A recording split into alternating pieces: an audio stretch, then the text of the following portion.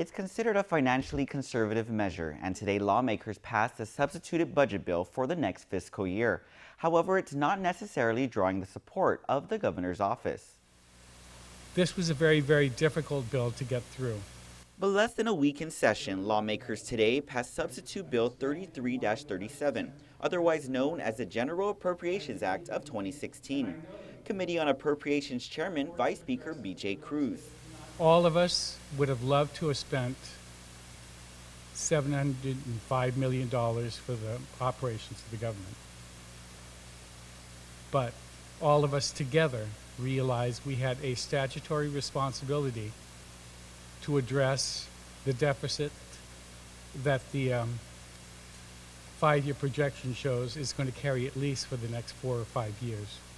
The bill sets aside a $13.5 million reserve to address a deficit revealed in an FY 2014 independent audit. Cruz says this budget measure ensures that tax refunds are set aside, revenues remain at conservative levels, 70 new public safety personnel can be hired, and several government agencies receive an increase in appropriations level compared to this current fiscal year. The governor's office, however, is raising concern, saying this bill underfunds critical agencies and programs. We sent a letter to him because we have very serious concerns that this is an unbalanced and unworkable budget. The governor's special assistant, former Senator Chris Duenas, says Guadalupe was never called into the committee of the whole to provide input on the substituted budget bill. We gave them the spreadsheet that shows our very serious concerns.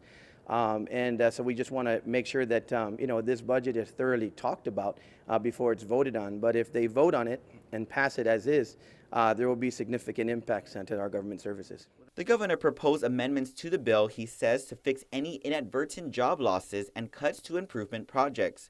For example, he says the bill cuts funding for 19 vacancies, some of which have been filled at the Department of Corrections. The amendment would provide spending authority if his projections track for the first half of the fiscal year. No amendments, however, were made to the bill today. Cruz noted the governor already has the authority to ask lawmakers to revisit the budget halfway through the fiscal year if there are issues that need to be addressed. But what we've done with this budget was we've given the governor lump sum authority in each of the departments.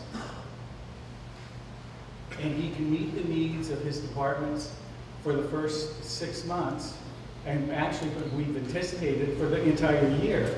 Duenas, however, says Guadalupe's message is clear, that they have been fiscally responsible. He adds while he agrees with being fiscally conservative, including the 2% reserve, they disagree with the severe cuts in key areas as presented in this bill. What we want to make clear is we have given the concession on the issue of the 2% set aside to ensure that we have deficit reduction, if not elimination, at some point in the next couple of fiscal years. What we don't agree on is the fact that they won't accept our numbers to make sure that the executive branch and key functions can move forward and we can make improvements and improve services to our people.